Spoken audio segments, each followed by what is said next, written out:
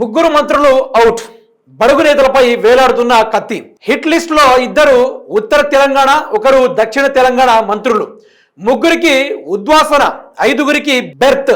Cabinet విస్తరణపై అధిష్టాన focus. 5 రాష్ట్రాల ఎన్నికల తర్వాత వేటు అధికార పార్టీ నేతల్లో జోరుగా చర్చ. అయితే ఆ ముగ్గురి మంత్రుల్ని కట్ చేసే అవకాశం ఉందట. ముగ్గురు మంత్రుల్ని కట్ చేసే అవకాశం.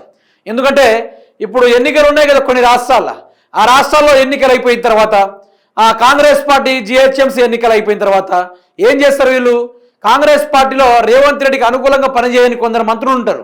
అంటే ఏ విషయంలో? ప్రజా సంక్షేమ పరంగా కాదు, వాళ్ళు వాటాలు పంచుకునే విషయంలో కొన్ని కథలు బయటపడ్డాయి కదా. ఆ వాటాల పంపకాల్లో కొంత హైడింగ్ అనేది చేసుకోలేదు. మాటను దాచుకోకుండా ఎవరైతే బయటపడి అంత ఆగమాగం చేసిర్రో, రేవంత్ రెడ్డి ఆ యొక్క డబ్బుల కోట్ల రూపాయలు సంపాదించే కార్యక్రమం దిశగా ఆ వ్యవస్థ మొత్తం ఎట్లా బయటపడిందో, దాన్ని ఎవరైతే బయట పెట్టారో వాళ్ళని పార్టీ నుంచి సస్పెండ్ చేయాలి. మోస్ట్లీగా లిస్ట్లో కొండా సురేఖ ఒకరు, తర్వాత వెంకటరెడ్డి, కోమటిరెడ్డి 2, ఆ తర్వాత దామోదర్ రాజనరసింహ. ఇక వీళ్ళని తీసేసే అవకాశం ఉండబోతుందని కొంత పుకార్లు, కొంత చర్చలు కూడా. మంత్రి పొన్నం ప్రభాకర్ కూడా ఆ లిస్ట్లో ఉన్నారు.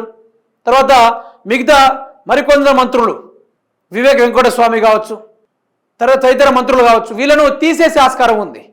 ఎందుకంటే రేవంత్ రెడ్డి చెప్పినట్టు వాళ్ళు ఇంటలేరు. వాళ్ళ నైజం వేరు, వాళ్ళ వ్యవహారం వేరు, వాళ్ళ కథ వేరు. అందులో బట్టి విక్రమార్క గారికి కూడా లిస్ట్ కూడా ఉంది.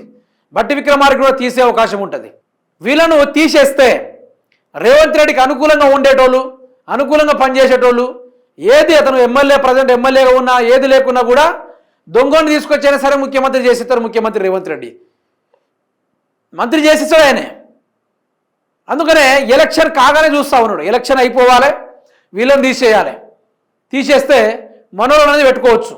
మనం ఏది వాటర్ లెక్క పెట్టినా వీళ్ళు ఉట్టిగానే బయట పెడతా ఉన్నారు. మొన్న వెంకటరెడ్డి, కోమటిరెడ్డి కూడా ఆ స్కామ్ని బయట పెట్టాడు. బట్టి విక్రమార్క కూడా ఆ స్కామ్ని బయట పెట్టారు. కొండా సురేఖ గారు కూడా ఆ యొక్క సిమెంట్ ఫ్యాక్టరీ పైన వాటి గురించి కూడా, కుంభకోణాల గురించి బయట పెట్టారు.